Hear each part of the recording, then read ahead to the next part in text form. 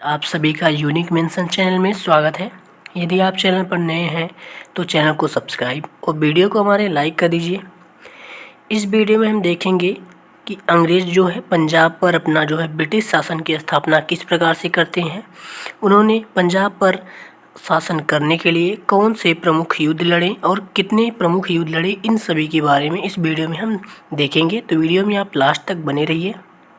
अंग्रेज़ लोग जो है पंजाब पर जो है ब्रिटिश शासन की स्थापना करने के लिए प्रमुख 2 युद्ध लड़े थे, जिनमें पहला युद्ध प्रथम आंग्ल सिख युद्ध था जो कि 1845 से 1846 तक होता है, और दूसरा है द्वितीय आंग्ल सिख युद्ध जो कि 1848 से 49 तक होता है।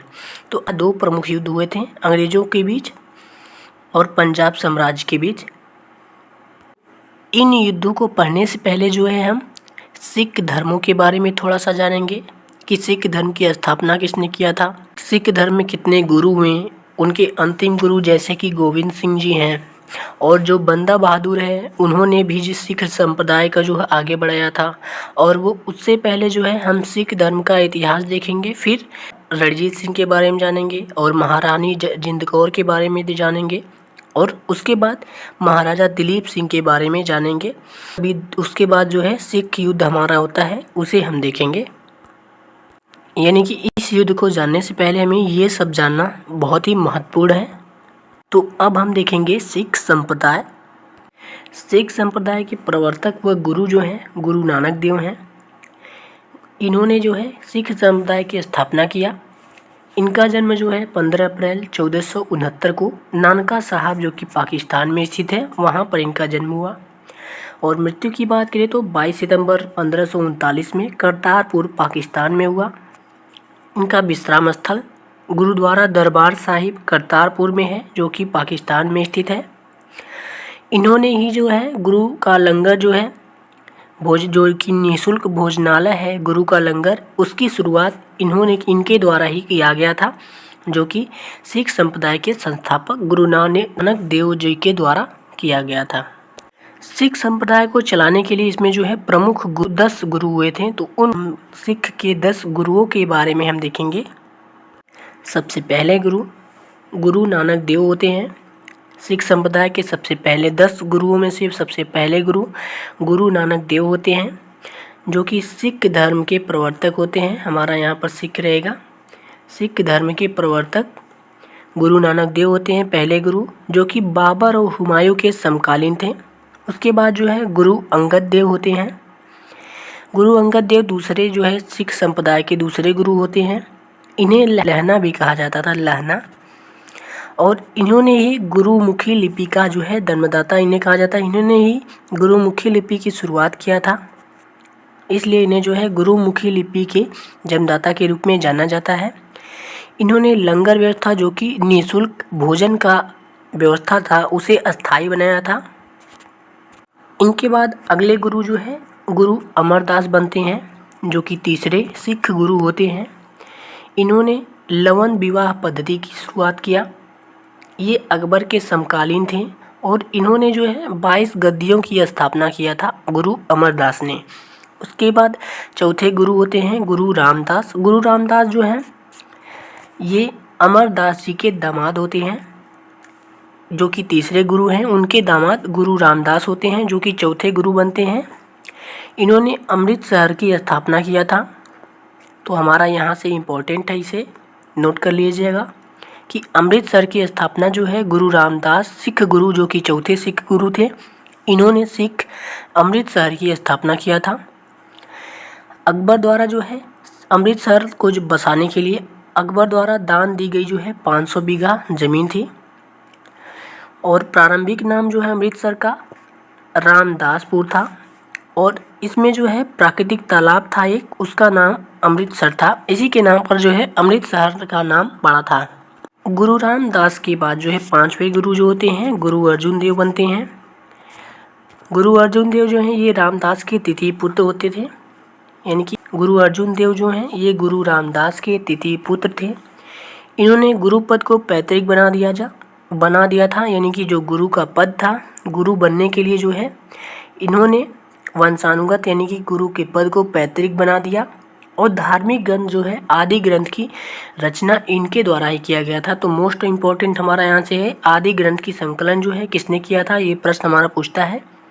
तो आदि ग्रंथ जो है, आदि ग्रंथ की संकलन जो है गुरु अर्जुन देव जो कि सिख गुरु के 5वें गुरु होते हैं, इनके द्वारा की जाती है आदि ग्रंथ की रचना। अमृत तालाब के मध्य हरमंदिर साहब का निर्माण इन्होंने ही किया था। मसनद प्रथा जो कि आय का 10वां भाग होता था कर के रूप में, इन्होंने शुरू किया। और इनकी मृत्यु जो है 1606 ईस्वी में शहजादे खुसरो का विद्रोह के कारण जहांगीर के द्वारा जो है इन्हें फांसी दे दिया जाता है। मतलब इनको जो है जहांगीर के द्वारा ये आरोप लगाया जाता है कि खुसरो की मदद इन्होंने किया था। फिर इनके बाद जो है अगले गुरु 6वें गुरु जो होते हैं गुरु हरगोविंद सिंह बनते हैं, जो कि 1606 से 1645 तक रहते हैं। सिखों को सैन्य संगठन का रूप सिख गुरु हरगोविंद सिंह ने दिया। अकाल का तख्त निर्माण इन्होंने करवाया। अमृतसर की किलाबंदी इन्हीं के समय हुआ था। गुरु हरगोविंद के समय ही अमृतसर की किलेबंदी हुई थी। और नगाड़ा बजाने की जो प्रथा है इन्हीं के समय शुरू हुआ था। और इनके द्वारा जो है 2 तलवार बांधकर सिंहासन पर बैठने की परंपरा भी इनके द्वारा ही शुरू की गई थी। गुरु हरगोविंद सिंह के द्वारा 2 तलवार बांधकर सिंहासन पर बैठने की शुरुआत हुई थी। इनके बाद 7वें गुरु जो होते हैं गुरु हर राय होते हैं, जो कि 1645 से 1661 तक बनते हैं। ये दारा सिखों को आशीर्वाद देते हैं। उसके बाद जो है 8वें गुरु हरिकिशन बनते हैं, जो कि 1661 से 1664 तक होते हैं। ये औरंगजेब से भेंट किए थे, यानी मिलने गए थे। उसके बाद जो है 9वें गुरु होते हैं। 9वें गुरु जो औरंगजेब ने इन्हें शीशगंज में गुरुद्वारा के निकट हत्या करा दिया था औरंगजेब ने। गुरु तेग बहादुर की हत्या औरंगजेब के द्वारा होती है। और गुरु अर्जुन देव की हत्या जो कि जहांगीर के द्वारा होती है। तो आप इसे याद रखिएगा, औरंगजेब के द्वारा गुरु तेग बहादुर और अर्जुन देव की हत्या जहांगीर के द्वारा होती है। इनके बाद जो है 10वें गुरु होते हैं गुरु गोविंद सिंह। गुरु गोविंद सिंह जो है 1675 से 1708 तक रहते हैं। इनका जन्म 1666 ईस्वी में होता है। इन्हें जो है सच्चा पातशाह भी कहा जाता है और ये सिख गुरु के अंतिम गुरु होते हैं। इन्होंने ही पंच करार जो है 5 करार का जो सिद्धांत है सिख में, केस, कंघा, कच्छा, कड़ा, कृपाण, ये सभी जो है सिख के साथ होना चाहिए। यानी कि 5 करारा की शुरुआत गुरु गोविंद सिंह के द्वारा किया गया था, जो कि 10वें सिख गुरु थे। सिंह शब्द लगाना भी इन्हीं के शुरू हुआ था समय, इन्हीं के समय जो है नाम के बाद सिंह जो है लगाना शुरू हुआ था। इनके पुत्र फतेह सिंह और जोरावर सिंह थे, जिनको मुगल फौजदार वजीर खां द्वारा इनकी हत्या करा दी जाती है। फतेह सिंह और जोरावर सिंह की हत्या फौजदार वजीर खां के द्वारा कर दी जाती है, जो कि मुगल फौजदार होता है। और ये जो है फतेह सिंह और जोरावर सिंह, ये जो दोनों हैं गुरु गोविंद सिंह के पुत्र होते हैं। गुरु गोविंद सिंह ने खालसा पंथ की स्थापना की थी 1699 ईस्वी में। तो आप इसे भी याद रखिएगा, ये हमारा महत्वपूर्ण है कि खालसा पंथ की स्थापना किसने किया था और वो सिख के चौथे गुरु थे। तो खालसा पंथ की स्थापना जो है गुरु गोविंद सिंह ने किया था और वो अंतिम गुरु यानी 10वें गुरु थे। इनकी मृत्यु 1708 ईस्वी में होती है नांदेड़ में, जो कि महाराष्ट्र में स्थित है। और अफगानी पठान गुल खां के द्वारा इनकी हत्या कर दी जाती है 1708 ईस्वी में नांदेड़, जो कि महाराष्ट्र में स्थित है। गुरु गोविंद सिंह की मृत्यु के बाद जो है सिख धर्म को बढ़ाने का कार्य जो है सिख बंदा बहादुर के द्वारा किया जाता है। उसके बारे में हम देखेंगे। सिख बंदा बहादुर जो है इनका जन्म 1670 हुआ था पुंछ में। और इनका मूल नाम जो था लक्ष्मण सिंह या लच्छन देव था। बंदा बहादुर का मूल नाम लक्ष्मण सिंह या लच्छन देव था। और बंदा बहादुर नाम जो है इसे गुरु गोविंद सिंह, जो कि सिख गुरु 10वें गुरु थे, उन्होंने दिया था बंदा बहादुर। और बंदा बहादुर की मृत्यु जो है 1761 ईस्वी में बादशाह फर्रुखसियर के द्वारा करा दी जाती है, जो कि मुगल शासक होता है, उसके द्वारा बंदा बहादुर की हत्या करा दी जाती है। और इनकी जो बंदा बहादुर हैं, इनकी मृत्यु के बाद सिख संप्रदाय जो है साम्राज्य जो है छोटे छोटे दलों में टूटने लगता है और उसमें से एक जो छोटा टुकड़ा होता है उसे मिसल कहा जाता है। तो जिसमें से एक सुकरचकिया नाम का मिसल होता है, जिसमें महाराजा रणजीत सिंह की जो है जन्म होता है वहाँ पर। यानी कि बंदा बहादुर की मृत्यु के बाद सिख साम्राज्य छोटे छोटे दलों में टूट जाता है और उन दलों को जो है मिसल कहा जाता है। उसमें से एक छोटा मिसल होता है जहाँ पर जो है महाराजा रणजीत सिंह का जन्म होता है, उनके बारे में हम देखेंगे। तो महाराणा रणजीत सिंह, इनका जन्म जो है सुकरचकिया मिसल दल में, जो कि सुकरचकिया दल के मुखिया महासिंह के यहाँ होता है, जो कि सुकरचकिया के मुखिया होते हैं महासिंह, इनके यहाँ महाराणा रणजीत सिंह का जन्म होता है। महाराणा रणजीत सिंह जो है ये अत्यंत निपुण शासक और साम्राज्य विस्तारक थे। 1775 में दुर्रानी शासक जमान शाह की सहायता के कारण इनको जो है लाहौर मिल जाता है, जिसे ये अपनी प्रशासनिक राजधानी बनाते हैं। और इनकी जो धार्मिक राजधानी होती है वो अमृतसर होती है, लेकिन प्रशासनिक राजधानी लाहौर को बना लेते हैं। दुर्रानी शासक जमान शाह की सहायता के कारण इन्हें लाहौर प्राप्त होता है। और 25 अप्रैल 1803 में अंग्रेजों के साथ अमृतसर की संधि होती है। ये किसी युद्ध के दौरान संधि नहीं होती है, ये युद्ध से पहले, यानी कि बिना युद्ध के ही अंग्रेज इनसे संधि करते हैं, कि जिसमें जो होता है सतलज नदी है उसे सीमा माना जाता है, कि सतलज नदी के, यानी कि हमारी मान लीजिए सतलज नदी है तो इसके पश्चिम वाला क्षेत्र जो है ये सिख संप्रदाय का होगा, सिख साम्राज्य होगा, और उसके जो पूर्व वाला क्षेत्र है ये सभी अंग्रेजों का होगा। ये संधि 25 अप्रैल 1803 को होती है अंग्रेजों के साथ अमृतसर की संधि, इसे याद रखिएगा। किसके बीच होती है अमृतसर की संधि? तो महाराणा रणजीत सिंह और अंग्रेजों के बीच होती है 25 अप्रैल 1803 को। और सीमा क्या बनाया जाता है? तो सतलज नदी को सीमा बनाया जाता है। उसके बाद 1811 से 1823 को कांगड़ा, अटक, मुल्तान, कश्मीर और पेशावर को जो है राणा रणजीत सिंह जो है अपने पराक्रम से जीत लेते हैं 1811 से 1823 के अंदर। 1814 में अफगान शासक शाह शुजा जो होता है वो कोहिनूर हीरा इनको देता है महाराणा रणजीत सिंह को। शाह शुजा के द्वारा कोहिनूर हीरा जो है प्राप्त कराया जाता है। और 1839 में महाराणा रणजीत सिंह की मृत्यु हो जाती है। और इनकी मृत्यु के बाद अयोग्य शासक उत्तराधिकारी जो होता है दिलीप सिंह होता है, जो कि महाराज बनते हैं। दिलीप सिंह जो कि एक अयोग्य महाराज होते हैं। अब हम इनके बारे में देखेंगे, महाराज दिलीप के बारे में। महाराजा दिलीप सिंह जो हैं ये अल्पवयस्क शासक थे, जिनकी संरक्षिका जो है महारानी जिंद कौर थी। महारानी जिंद कौर जो है इनकी माता थी, महाराणा दिलीप सिंह की माता थी महारानी जिंद कौर, जो कि एक पराक्रमी शासिका थी, जो कि इनकी संरक्षिका थी महाराजा दिलीप सिंह की।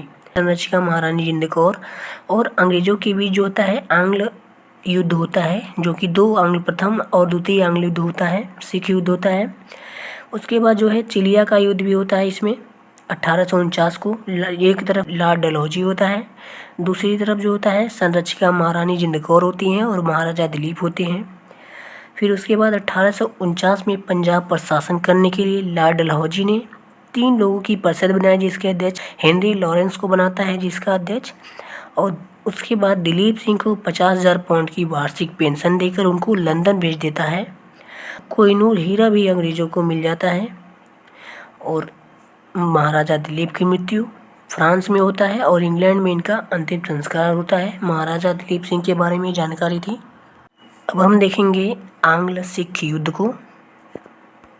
अंग्रेजों और सिख साम्राज्य के बीच 2 आंग्ल सिख युद्ध होता है। प्रथम आंग्ल सिख युद्ध 1845 से 1846 के बीच होता है। इसमें जो है अंग्रेजों की तरफ से भारत का प्रथम गवर्नर जनरल लॉर्ड हार्डिंग और भारत का प्रधान सेनापति लॉर्ड गफ होता है। और दूसरी तरफ सिख साम्राज्य होता है, जिसमें जो है जिसके राजा दिलीप सिंह होते हैं।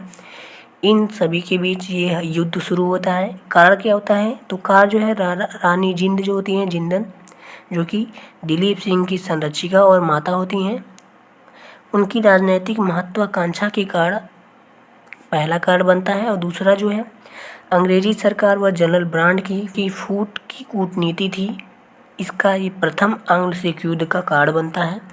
इसके परिणाम क्या होते हैं? तो 9 मार्च को जो है 9 मार्च 1846 को लाहौर की संधि होती है इस युद्ध के परिणाम के बाद। और 22 दिसंबर 1846 को भैरववाल की संधि होती है। तो इसमें जो है लाहौर की संधि है, ये इम्पोर्टेंट है, इसे याद रखिएगा। 9 मार्च को सिख साम्राज्य और अंग्रेज़ों के बीच प्रथम आंग्ल युद्ध के बाद लाहौर की संधि होती है। तो प्रश्न हमारा यहाँ से बनता है कि प्रथम आंग्ल सिख युद्ध के बाद कौन सी संधि होती है। तो प्रथम आंग्ल युद्ध के बाद जो है लाहौर की संधि होती है, इसे याद रखिएगा। इसके बाद अगला है द्वितीय आंग्ल सिख युद्ध। द्वितीय आंग्ल सिख युद्ध जो है 1848 से 1849 को होता है। एक तरफ भारत का गवर्नर जनरल लॉर्ड डलहौजी होता है और चार्ल्स नेपियर लॉर्ड गॉफ होते हैं अंग्रेज़ों की तरफ से, और दूसरी तरफ सिख साम्राज्य के राजा दिलीप सिंह और उनकी माता संरक्षिका होती हैं, उनके सिख साम्राज्य होता है दूसरी तरफ। द्वितीय आंग्ल सिख युद्ध की कारण क्या बनती हैं। तो द्वितीय आंग्ल युद्ध के जो कारण बनते हैं, रानी जिंद के साथ अंग्रेज़ों का दुर्व्यवहार पहला कारण। दूसरा कारण लाहौर और भैरववाल की अपमानजनक संधि जो होती है, ये दूसरा कारण होता है। पंजाब की जनता जो है मुल्तान के गवर्नर व अधिकारियों, 2 अंग्रेज अधिकारियों की हत्या की जाती है मुल्तान के गवर्नर के द्वारा। अधिकारियों की जो 2 अंग्रेज अधिकारी होते हैं उनकी हत्या कर दी जाती है। और ये जो होता है लाहौर का जो संधि होता है, प्रथम आंग्ल युद्ध में भी जो है सिख साम्राज्य हार जाता है और द्वितीय आंग्ल युद्ध में भी जो है सिख साम्राज्य जो है हार जाता है। परिणाम क्या निकलते हैं इसके। परिणाम जो है लॉर्ड डलहौजी ने चार्ल्स नेपियर के नेतृत्व में पंजाब का अंग्रेजी राज में विलय कर लेता है और पंजाब का प्रशासन 3 सदस्यों की कमेटी को सौंप देता है, जिसका अध्यक्ष हेनरी लॉरेंस को बनाता है।